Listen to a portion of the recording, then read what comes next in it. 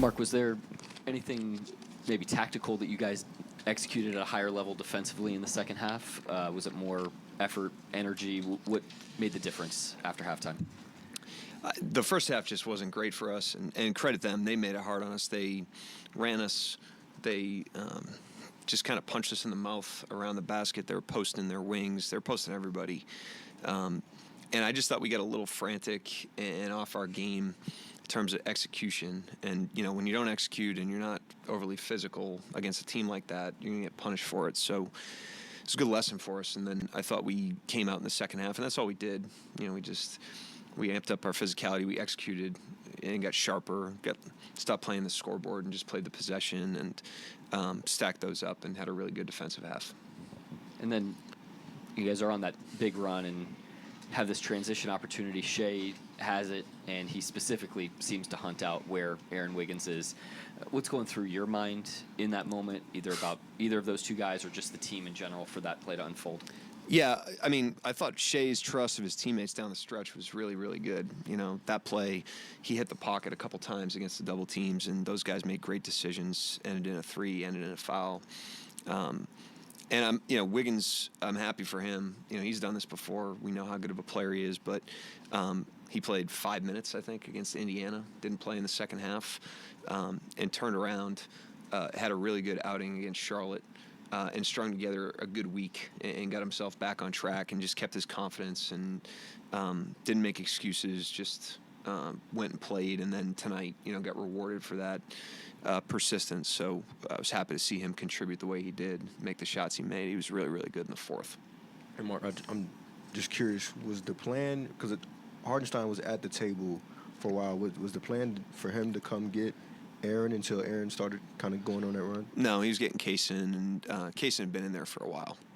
I think he started the quarter, so I thought he was gassed. We had our Brunson matchup, and if Lou fouled out, we're going to have to get Kaysen back in on Brunson. I wanted to make sure he had gas in the tank for that, so it was more that. So I guess I would ask, why this game for Aaron? Why play him down the stretch? Like, why did this game make the most sense? Well, he was making every shot, so I was just responding to that. Usually if you were making every shot, I'd play you. I hope so. And with Doug, we've obviously talked a bunch about, the push and pull with refs and his aggression at the rim. It feels like he's been, assertive at the rim these past couple games, especially in that fourth quarter. Just what do you see there as far as his force, the force he played with? Yeah, I thought his force was much better second half to first half. I thought in the first half he bailed on a couple of them.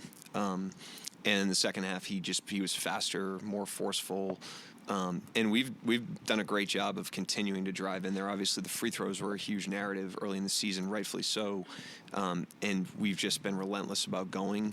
And the whistles started to come around, and then we've also addressed a lot of the things fundamentally, defensively, that were putting our opponents on the line. And so the combination of our persistence on the driving and the offense and our fundamentals on defense has turned the free throw differential for us in some of these games, which has been big for us.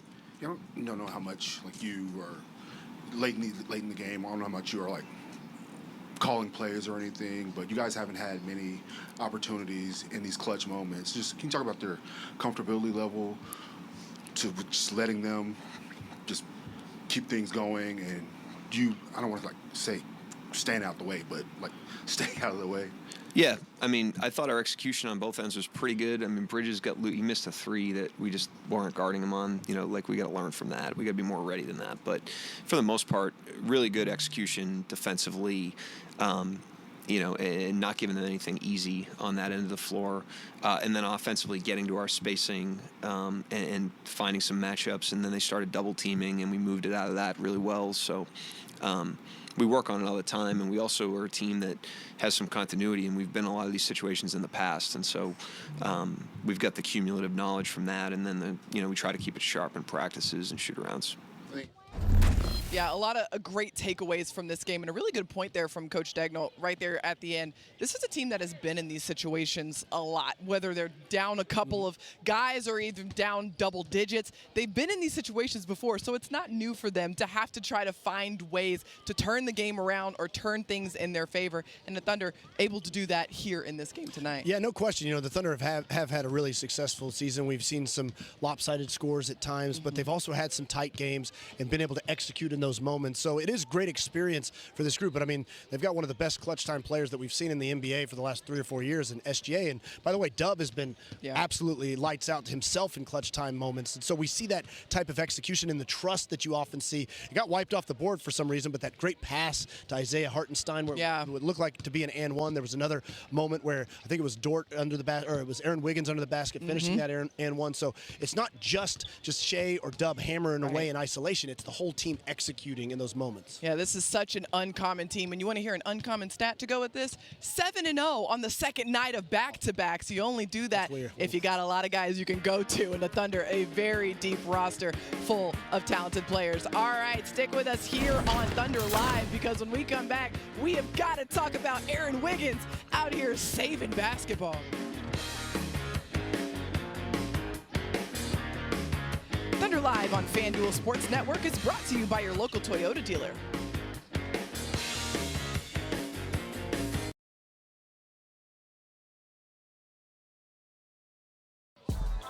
Thunder Live on FanDuel Sports Network is brought to you by your Oklahoma Ford dealers. Ford is the best in Oklahoma.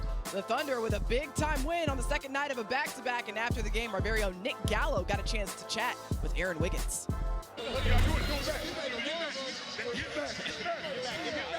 Aaron, a high-level environment, an intense fourth quarter. What was it like competing with these guys in the final few minutes? I mean, competitive group, obviously.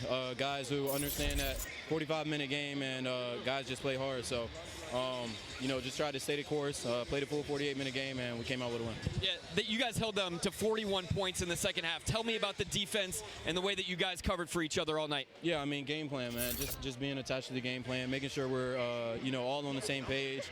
First half, we were a little sloppy. Second half, we kind of put it together in the third quarter, got us going in the fourth. And, I mean, offensively, you know, defense turns to offense, so we got good looks in transition, too.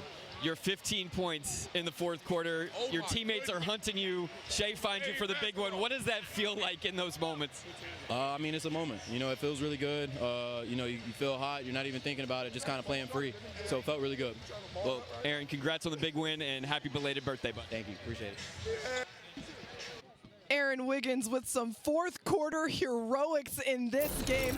He said he was just playing free. That's why he is our award player of the game.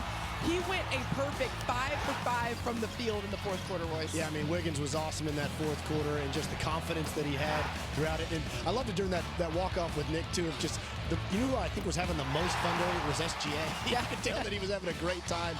Wiggins getting the shine right there, and he was just, but it was the variety in which you see Wiggins play in the game. Of course, the spot-up threes, 4 from 3.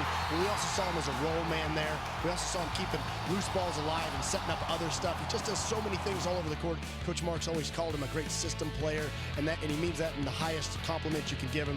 And that was systematic destruction in that fourth quarter. And you know, something else that Coach Daigneault talks about when it comes to Aaron Wiggins is just how much his teammates rally around him, and how great it is to see how all of these guys root for Aaron. They have his back, and when he has a night like this, you saw it so loud and so clearly, even in that post-game interview with Nick. These guys love Aaron Wiggins. It was almost like a storm the court when he hit that fourth three. The whole team came running out and met him at half court, basically, because, I mean, look, everybody is rooting for each other all over this team, and, you know, the vibes are always good with this group, but, you know, there's certain guys that, you know, you can just tell that you want to celebrate because they give so much into the team. Wiggs is one of those guys where he bleeds the team. Coach Mark talked about he played 5 minutes against the Pacers. No big deal. Turns around, starts the next night against the Hornets, and is productive. So that's the type of team-minded guy you need. That's the type of guy that you want to celebrate when they have these types of nights. And the Thunder, they finished with 44 bench points tonight. The Knicks, just 5. Aaron Wiggins, a huge contributor